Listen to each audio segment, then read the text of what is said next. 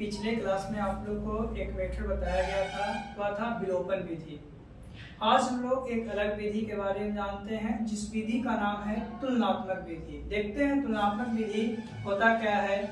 तुलनात्मक विधि के बारे में, तुलनात्मक विधि, चलिए तुलनात्मक विधि के बारे में हम लोग सीखते हैं कि तुलनात्मक विधि से किस प्रकार से समीकरण को हल किया जाता है। एक एग्जाम्पल के माध्यम से हम लोग देखते हैं, जैसे 8x, एक क्वेश्चन है 8x plus 5y equal to 9, 5y equal to 9, equation first. और दूसरा है 3x plus 2y, 3x plus 2y equal to 4, ये है सेकेंड। अब तुलनात्मक कहने का मतलब क्या होता है? तुलना कहने का मतलब कंपेयर होता है। तुलना कहने का मतलब क्या होता है? कंपेयर। यानी कि कंपेयर किसके साथ किया जाता है? तुलना किसके साथ किया जाता है? जब भी हम लोग कंपेयर करते हैं, तुलना करते हैं, तो एक जैसे के साथ करते हैं। ऐसा नहीं कि मानते हैं सपोज एक गरीब और अमीर में कभी तुलना नहीं किया जाता है। जब भी तुलना किया जाता है तो गरीब गरीब के साथ तुलना करेगा, अमीर अमीर के साथ तुलना करेगा। तो तुलनात्मक विधि में एक जैसे के साथ ही तुलना करते हैं। तो इस विधि में हम लोग देखते हैं तुलनात्मक विधि में कि तुलनात्मक विधि से समीकरण को कैसे हल किया जाता है, कैसे कंपेयर किया जाता है।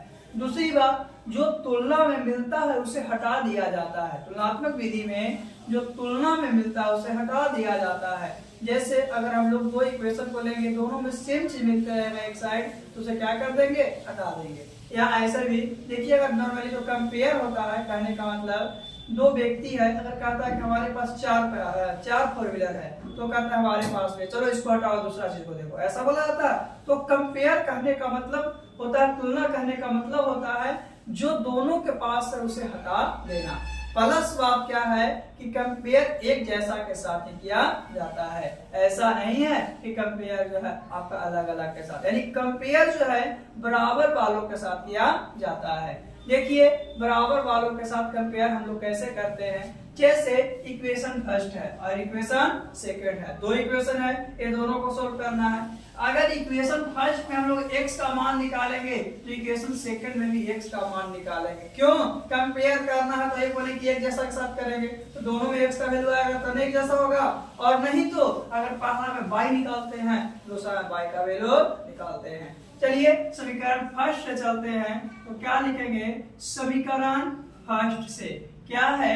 8x plus 5y equal to 9, ये फर्स्ट है। अगर यहाँ से x का वैल्यू निकालेंगे तो समीकरण सेकंड में भी x का वैल्यू निकालेंगे। अगर x का निकालते तो 8x बराबर 9 माइनस 5y। कभी कभी क्या कोई क्वेश्चन करता है कि क्या है कि आपका शुरू वाला क्या 9 को बाद में मिलता, लेकिन जो पहले है वो पहले ही रहेगा। कहने का मतलब 5y है ना, तो उस तरह तो 5y और प्लस 9 लिखेगा। तो उस कभी कभी क्या होता है आपका गलत हो जाता है गुना अरेंज करने में, इसलिए जो पहले है उसको लिखते हैं, उसके बाद ही अरेंज करना है। तो पहले 9 था, 9 लिखे, 5y उस तरह भेजे।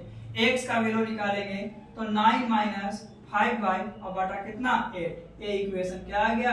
थर्ड आ गया। यानी फर्स्ट से चले हैं तो थर्ड आ गया है। किसका वैल्यू निकाले हैं? x का। अब सेकंड में भी x का ही निकालेंगे। क्यों? तो कंपेयर करना है, तुलना करना है। अगर फर्स्ट में y को निकालते हो सेकंड में भी y को। तो चलिए आगे चलते हैं, तो क्या लिखते हैं? समीकरण सेकंड से, सेकंड क्या था? 3x plus 2y equal to 4। क्या फर्स्ट में x का निकाले हैं तो सेकंड में भी x का ही निकालेंगे। तो 3x, क्या पहले 4 था तो 4 माइनस 2y, यानी x बराबर 4 माइनस 2y बटा 3। क्या हो गया?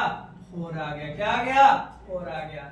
अब हम लोग देखते हैं समीकरण फर्स्ट से भी चले, सेकंड से चले, दोनों में क्या कंडीशन? x का वैल्यू निकालें। कंपेयर करना है दोस्त, कंपेयर करना था इसलिए दोनों में x का निकालें, और दोनों में क्या निकालते? y के निकालते। क्यों? को कंपेयर करना तो एक जैसा होना बहुत जरूरी है। क्या थर्ड और फोर्थ को कंपेयर करते, तुलना करते हैं, तो समीकरण थर्ड तथा फोर्थ को, किसको?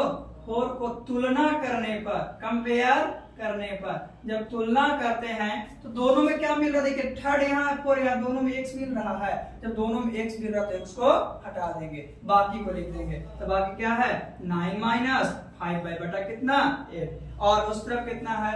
4 माइनस 2y इक्वल टू क्या 3। कंपेयर किए हैं तो जो दोनों में मिला उसको हटा दिए, बाकी कुछ किए हैं नहीं किए हैं। अब हम लोग क्रॉस मल्टीप्लिकेशन, तो 9 तिया 27 माइनस 5 तिया 15y इक्वल टू 8 चौके 32 और माइनस 8 दूनी 16।